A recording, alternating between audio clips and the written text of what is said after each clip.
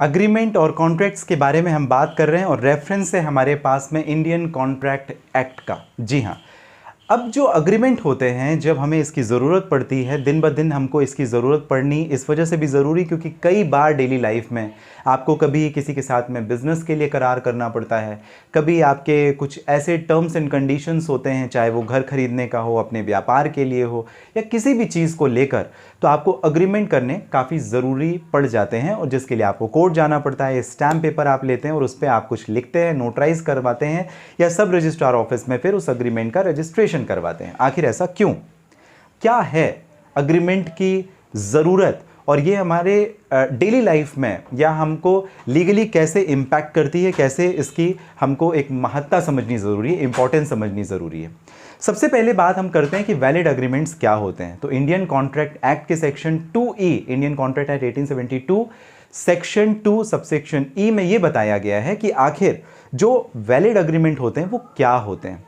तो ये valid agreement एक ऐसा आप समझ लीजिए कि एक ऐसे करार हैं जो कि कोर्ट के द्वारा लागू कराए जा सकते हैं, एनफोर्सेबल कराए जा सकते हैं और ये कॉन्ट्रैक्ट बन जाते हैं पार्टी की जो भी टर्म्स कंडीशन उस अग्रीमेंट में लिखी है वो सारी की सारी माननी पड़ती है या माननी पड़ेगी। आपने अब ये समझा कि ये भाई वैलिड ही होने चाहिए, तो इलीगल कोई भी चीज़ें हैं जो गैर कानूनी है आप उसे एनफोर्सेबल कोर्ट में नहीं करा सकते, गलत चीज़ों को कोर्ट में एनफोर्सेबल या लागू नहीं करा सकते और इसी वजह से गलत चीज़ों के लिए जो कि अगेंस्ट द लॉ है, कानून के विपरीत है, कानून के खिलाफ में है, ऐसी चीज़ों को आप अग्रीमेंट में कंसीडर करेंगे भी तो उसकी कोई भी इंपॉर्टेंस नहीं है। इसका क्या मतलब हुआ, आसान शब्दों में समझें, आपने मेरे साथ में एक जुआ खेलने का अग्रीमेंट कर लिया, यानी आप जुए में कुछ पैसे लगाएंगे, पैसे जीत जाएंगे, हम पैसे आधे आधे बांट लेंगे। तो क्या इस बात को आप कोर्ट में जाकर के फिर एनफोर्सेबल करवा सकते हो अगर मैंने आपको अपनी बात से पलट गया कि मैं आपको बेनिफिट नहीं दूंगा तो?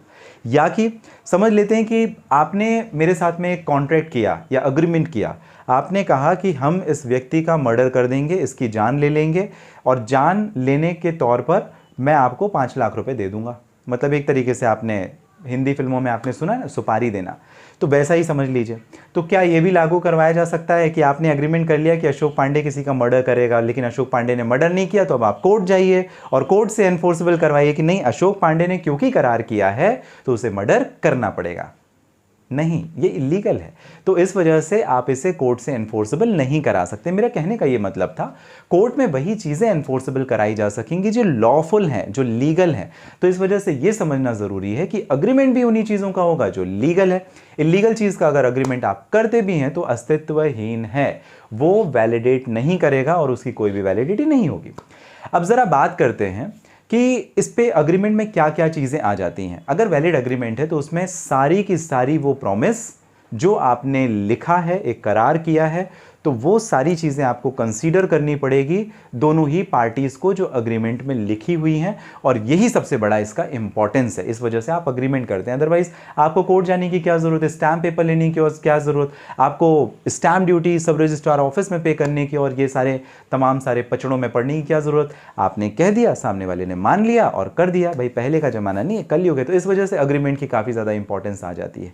कंपनीज़ के जो कॉन्ट्रैक्ट होते हैं, अग्रीमेंट्स होते हैं या फर्म के होते हैं या किसी और तरीके की काफ़ी इंपॉर्टेंस हो जाती है, बिकॉज पैसों का लेन देन का मामला होता है, कब किसकी कहाँ पर नियत पलट जाए, बदल जाए, कह नहीं सकते। चलिए, ज्ञान की बातें कम, कानून की बातें ज़्यादा करते हैं। एसेंशियल कंडीशंस क्या होती हैं वैलिड अग्रीमेंट की, ज़रा उसको समझते हैं। सबसे पहली बात तो बार बार जो मैं इतनी जोर जोर से कह रहा हूं कि अग्रीमेंट जो होगा वो वैलिड कंसिडरेशन के लिए होगा। किसी गलत चीज के लिए अगर आपने करार किया तो वो आपका करार नहीं माना जाएगा और उसे आप एनफोर्स कोर्ट में नहीं करा सकेंगे। दूसरी बात, जो पार्टीज होंगी वो कॉम्पिटेंट होनी चाहिए कॉन्ट्रैक्ट करने के लिए अंडर सेक्शन 11 और 12 में, ऐसा बताया इंडियन कॉन्ट्रैक्ट एक्ट में। सेक्शन 11-12 क्या कहता है? Competency of parties. कॉम्पिटेंसी का मतलब क्या हुआ? कॉम्पिटेंसी का मतलब यह हुआ कि सक्षम होने चाहिए, मैं वो अग्रीमेंट करने के लिए सक्षम होना चाहिए।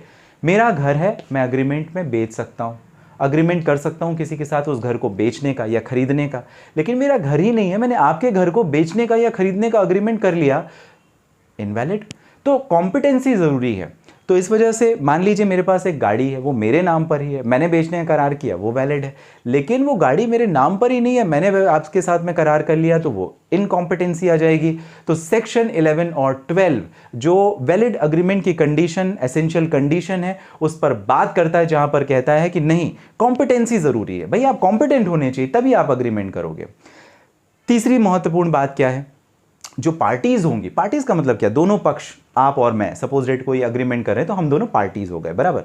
तो अब जो पार्टीज हैं उनकी वैलिड कंसेंट होनी चाहिए। अब वैलिड कंसेंट का मतलब क्या, फ्री एंड अनइन्फ्लुएंस्ड, इसका मतलब समझते हैं स्वतंत्र सहमति। आसान शब्दों में, मेरे ऊपर आप बंदूक दिखा करके, मेरे सिर पर बंदूक लगा करके आप ये नहीं कह सकते कि आपको गन पॉइंट पर ये अग्रीमेंट साइन करना पड़ेगा। घर Hindi movie, south Indian movies आपने देखी होगी ना, बंदूक या डर या तलवार लगाया, बोला साइन करो, साइन किया, प्रॉपर्टी बिक गई, और बोले ये जमीन आज से मेरी। ऐसा तमाशा कानून में नहीं चलता। फ्री एंड अनइन्फ्लुएंस्ड मतलब किसी भी तरीके का दबाव या प्रभाव नहीं होना चाहिए, और फिर ऐसी कंसेंट देना अग्रीमेंट में शुमार होगी। दबाव डाल करके आप किसी के ऊपर अग्रीमेंट या कॉन्ट्रैक्ट नहीं करा सकते, कराएंगे तो इनवैलिड अग्रीमेंट या कॉन्ट्रैक्ट होगा। अब सबसे बड़ी बात है, चौथी महत्वपूर्ण, कि जो ऑब्जेक्ट है अग्रीमेंट का वो लॉफुल होना चाहिए। आप गांजा बेचने का, शराब बेचने का, कुछ ऐसे अग्रीमेंट या कॉन्ट्रैक्ट जो इलीगल हैं, जुआ खेलने का, ऐसे अग्रीमेंट या कॉन्ट्रैक्ट इलीगल हैं, किसी का मर्डर करना, किसी के हाथ पैर तोड़ देना, कोई क्रिमिनल एक्टिविटी में पार्टिसिपेशन, ये सारे जो अग्रीमेंट होंगे वो लॉफुल नहीं होंगे। इस वजह से आप इनका अग्रीमेंट या कॉन्ट्रैक्ट नहीं कर सकते।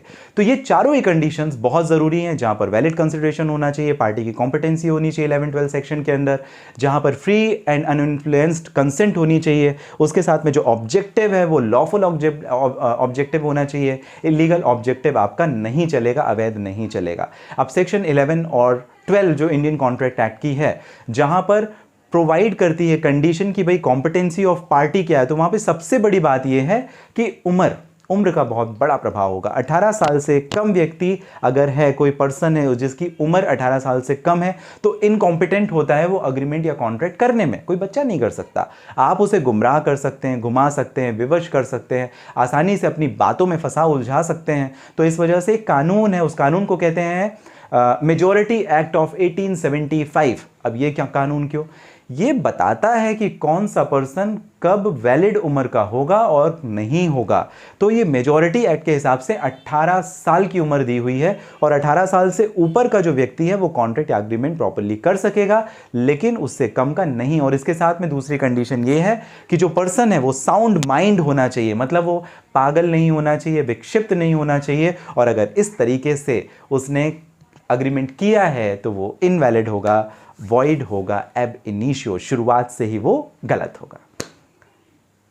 अग्रीमेंट के बारे में हम लोगों ने बात की, काफ़ी कुछ बातें की। अगर आपको ये बातें पसंद आती हैं, कानून के साथ जुड़ना चाहते हैं, जुड़िए इस चैनल के माध्यम से लीगल एडवाइस, जहां पर हम लगातार कानून की जो जानकारी आप तक पहुंचाने का करते हैं प्रयास। कोई परेशानी है, कोई मुश्किल है, आप बात कर सकते हैं। इस वीडियो के डिस्क्रिप्शन में डिटेल है, लिंक है, जहां से डायरेक्टली अपॉइंटमेंट बुक करके आपकी और मेरी हो जाएगी बात। मिलेंगे अगले वीडियो में, तब तक के लिए आप सभी स्वस्थ और सुरक्षित रहें।